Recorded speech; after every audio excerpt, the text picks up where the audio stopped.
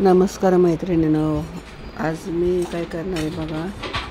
मी जी सुजी केली की नाही तुम्हाला मी दाखवलेली आहे. तो शेवयासाठी मी शेवया करण्यासाठी घरचं ओलवून त्याची सुजी कशी केलेली त्याचा व्हिडिओ मी टाकलेला आहे.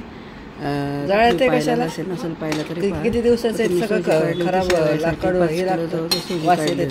त्यातलं मी हा थोडासा मोठा रवा काढून घेतला होता, एक अर्धा किलो.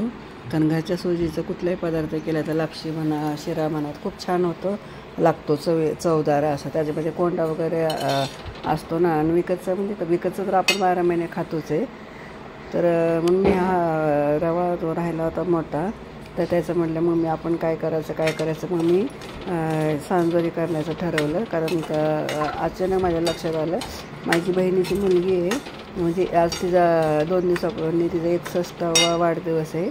तर तिकडं जायचंच होतं, मला बोलवलं होतं म्हणून. ती माझ्याकडे यायची साधारण, म्हणजे बरोबर 2 महिन्याचा फरक आहे. तिच्यापेक्षा मी 2 महिन्याने मोठी आहे, सख्या बहिणीची मुलगी. तर तिला त्या सांजोऱ्या असे खूप आवडतात. 1-2दा मागच्या माझ्या बहिणीने केली होती ना, तर तिला म्हणली ती मावशी छान लागतात, मला करून आण. तर म्हटलं असं तिचा वाढदिवस आहे, तिला साडी वगैरे तर घेतलीच होती सुनेनी. तर म्हटलं आपण काहीतरी खाऊ करून देऊ. मग मी ते सांजोऱ्याचा हा घाट घातला. तर त्यासाठी मग मी हा रवा जो होता आपण घरी काढलेला सुजी, त्यात मग चांगलं छान तुपामध्ये भाजून घेतलं आदल्या दिवशी, दुसऱ्या दिवशी करायचं म्हणून. आणि तो मग जेवढा अर्धा किलो होता तो साधारण 2-3 वाट्या मोठे, मग मी तेवढंच अर्धा किलो गूळ घेतला आणि तो वितळून घेतला गरम पाणी केलं फक्त, म्हणजे गरम पाणी म्हणजे ठेवलं, उकळलं नाही, फक्त वितळून घेतला थंड करून.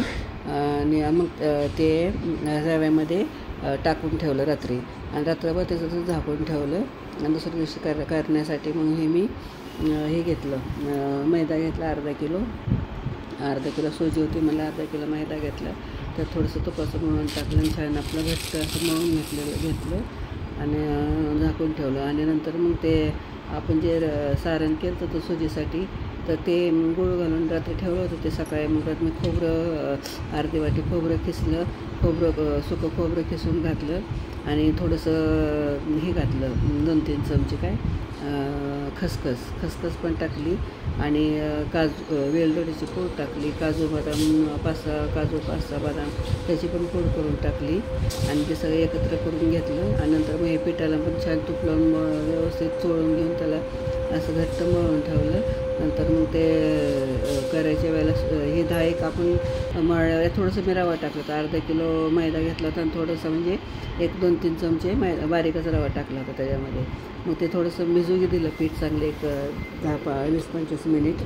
आणि नंतर मग करायला घेतलं. आणि नंतर मग अगोदरचे सगळे गोळे करून घेतले पिठाचे, आपल्याला जे आकारात करायचं ते. आणि हे जे आपलं सांजरचं सारण आहे त्याचे पण गोळे करून ताटामध्ये मी ठेवून घेतले. आणि म्हणजे करताना प्रत्येक वेळेला करायचं म्हणजे हात चिकट होतो, हात लावतो. मग सगळे पिठाचे पण गोळे केले, सारणाचे पण गोळे केले.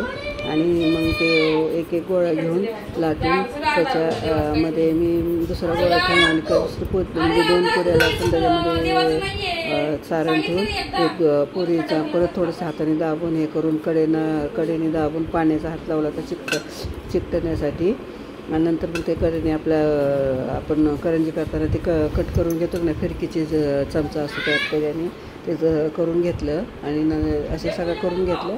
आणि 1-2 मी अशा पण पाहिलं, आपण पुरण कसं भरतो एका ह्याच्यामध्ये पोळ्या करताना, तर तसं पण पाहिलं मी. असं गोळा घेऊन त्याच्यामध्ये भरलं, आणि तो गोळा मी असं मिटून घेतला आणि लाटलं. पण त्याने काय झालं, थोडंसं बाहेर येत होतं, ते ओलं असतं ना गूळ हे सगळं. तर मग मी हेच केलं, मग ते मी 2-3 केलं. आणि मग अशाच प्रकारे केला, 2 पुऱ्या लाटून त्याच्यामध्ये तो गोळा ठेवून हाताने चपटं करून घेऊन, आणि परत थोडंसं त्याला अलगद हाताने लाटणी करून घेतलं. नंतर कडेने असं सगळं फिरकी चमच्याने फिरून घेतलं. आणि सगळ्या अशा जवळजवळ माझे सांगते 10-12 झाले की मी ते तळून घेतलं. कारण हे आता उन्हाळ्याचे दिवस आहेत ना, तर ते जास्त बाहेर ठेवून त्यामध्ये ते सुकतं. ते मग ते तळताना मग ते फुटतं, करंजी म्हणा किंवा काही कुठले पदार्थ असे. तर मी थोडं घेतलं, ते करून मग ते तळून घेतलं लगेच. आणि मग तळून पण तेल भरपूर टाकलं. आणि असं ते तळताना पण त्याला वर मी असं तेल झाऱ्याने टाकत राहून खालची बाजू झाली की पुन्हा मासा पलटवून घेऊन दुसरी बाजू पण भाजली. लगेच होत्याला काही वेळ लागत नाही. एक पुरी तळताना 2-3 मिनिट पण लागत नाही, खूप होतं. एकच तळायची, कारण हे मोठे असतात ना पुऱ्या, त्यामुळं. आणि त्यातलं सारण बिरण भरपूर असतं ते, त्यामुळे एक एकच तळून घ्यायच्या आणि अशा प्रकारे सगळं तळून घेतलं. आणि एवढं एक घाणा झालं की पुन्हा मग थोड्याशा लाटल्या त्या पण मग त्या तळून घेतल्या. अशा प्रकारे मी ह्या सगळ्या पुऱ्या करून घेतलेल्या.